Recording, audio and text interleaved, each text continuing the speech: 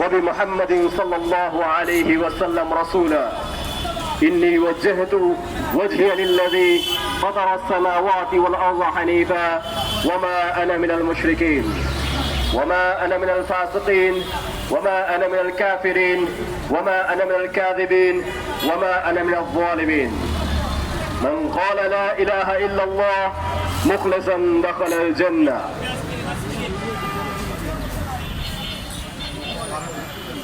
সুপ্রিয় সুধী, আজকে আমাদের এখানে উপস্থিত হওয়ার মূল কারণ হচ্ছে ভারতীয় আগ্রাসনের বিরুদ্ধে আমরা আওয়াজ তুলব। কিন্তু তার আগে বক্তা বলে গেলেন যে উর্দুভাষী মুসলমান মুহাজিরদের কথা। এই উর্দুভাষী মুসলমান মুহাজিরদের বিষয়ে দুইটা কথা অবশ্যই বলতে চাই।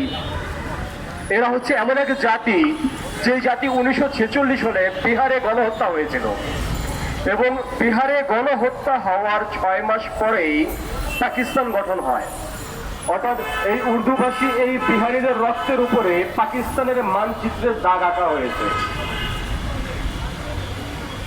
যখন 47-এ তারা দেশ ভাগের পরে স্বাধীন পাকিস্তান পেল, স্বাধীন ভূখণ্ড পেল, স্বাধীন মুসলমানদের ভূমি পেল, তো তখন এরা এসে সমস্ত কিছু সাজানো গোছানো শুরু করলো।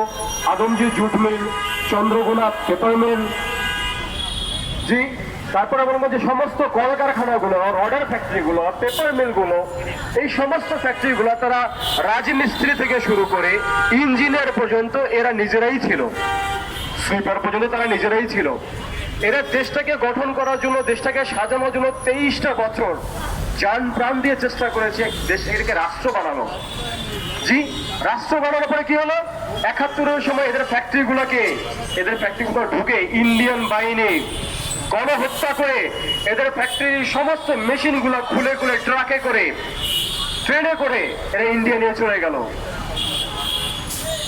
মানে বাংলাদেশ থেকে তারা যেই পরিমাণ অর্থ, যেই পরিমাণ মেশিনারিজ গুলা তারা পাচার করে নিয়ে চলে গিয়েছে, ওই সমস্ত অর্থ, ওই সমস্ত মেশিনারিজ, ওই সমস্ত ক্ষতিপূরণ গুলা বাংলাদেশ সরকারের কাছে অনুরোধ জানাচ্ছি, ইন্ডিয়ার কাছ থেকে ক্ষতিপূরণ এনে বাংলাদেশের উর্দুভাষী মুহাজিরদেরকে পুনর্বাসন করতে হবে।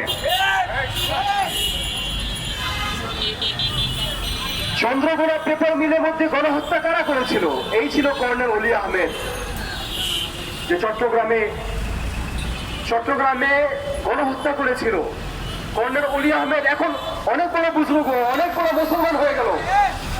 আর কাদের সিদ্দিকী এখন সে অনেক বড় নেতা হয়ে গেল, অথচ সে সেই ঘরে এখনো বর্তমানে অবস্থান করছে। 71-এ সে উর্দুভাষী থেকে গণহত্যা করে ওই বাড়িটা দখল করে এখনো সে উর্দুভাষীর বাড়িতে সে অবস্থান করতেছে। এটা আজকে 55 বছর যাবত কারো কি মাথায় একটু তলাত নড়ছে না। আমরা 55 বছর পরে এসে আপনাদেরকে বলবো যে এই কাদের সিদ্দিকী আমাদের ঘরে দখল করে আছে, আমাদের ভাই বোনদেরকে গণহত্যা করেছে। চুপ্পু, শাহাবুদ্দিন চুপ্পু এই পাবনাতে উর্দুভাষীদের উপরে গণহত্যা চালিয়েছিল, আর এই শাহাবুদ্দিন চুপ্পু নাকি বাংলাদেশের রাষ্ট্রপতি হয়েছে। আরে ভাই, যারা গণহত্যা করেছে তারা সবাই ভাইটাল পজিশনে। এটার মানেটা কি? এটা কোন ধরনের ইনসাফ? এটা কোন ধরনের ন্যায়? এজন্য আমরা বলবো যে এই দৃষ্টিকোণ, এই হীনমন্যতা থেকে বের হয়ে এসে ইনসাফ কায়েম করতে হবে। ইনসাফ কায়েম করতে হবে। কেমন ইনসাফ কায়েম করতে হবে? যে ইনসাফের কথা হুজুর সাল্লাল্লাহু আলাইহি ওয়াসাল্লাম বলেছেন, যে ইনসাফের মাধ্যমে মদিনা রাষ্ট্র কায়েম হয়েছিল। কারণ মদিনা রাষ্ট্র কায়েম হয়েছিল লা ইলাহা ইল্লাল্লাহর উপর ভিত্তি করে, এবং 1300 বছর পরে লা ইলাহা ইল্লাল্লাহর উপর ভিত্তি করে 1947 সালে পাকিস্তান রাষ্ট্র গঠন হয়েছিল। পাকিস্তান নিয়ে আপনাদের চুলকানি থাকতেই পারে, পাকিস্তান নিয়ে আপনাদের মতবিরোধ থাকতেই পারে। আমি ইয়াহিয়ার পাকিস্তানের কথা বলছি না, আমি ভুট্টোর পাকিস্তানের কথা বলছি না, আমি নওয়াজ শরীফের পাকিস্তানের কথা বলছি না, আমি জিন্নার পাকিস্তানের কথা বলছি না। 47 থেকে আজকে 2026 পর্যন্ত যতগুলো পাকিস্তানের রাষ্ট্রপ্রধান আসছে, আমি এদের কারো পাকিস্তানের কথা বলছি না, আমি বলছি লা ইলাহা ইল্লাল্লাহর পাকিস্তানের কথা। এই জন্য মেরা ভাই, আজকে বাংলাদেশের মধ্যে যেভাবে ইন্ডিয়ার সেবা দাস হয়ে বিভিন্ন রাষ্ট্রপ্রধানরা ইন্ডিয়ার পারপাস সার্ভ করেছে, বাংলাদেশের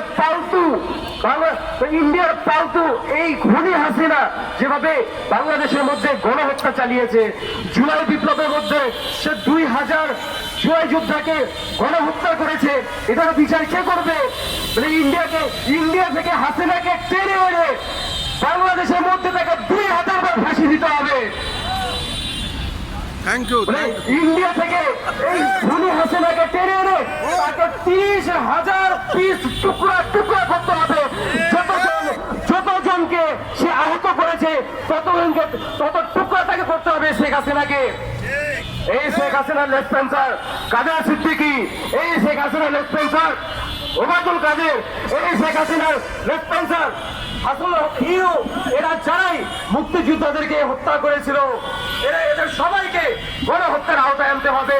এদের সবাইকে বাংলাদেশের প্রেস ক্লাব ময়দানে, রেসকোর্স ময়দানে এদের সবাইকে টুকরো টুকরো করে হত্যা করতে হবে। তাহলে জুলাইটা বাস্তবায়ন রূপ ধারণ করবে। মেরে ভাই, আজকে মুসলমানরা নির্যাতিত, আজকে ফিলিস্তিনে নির্যাতিত।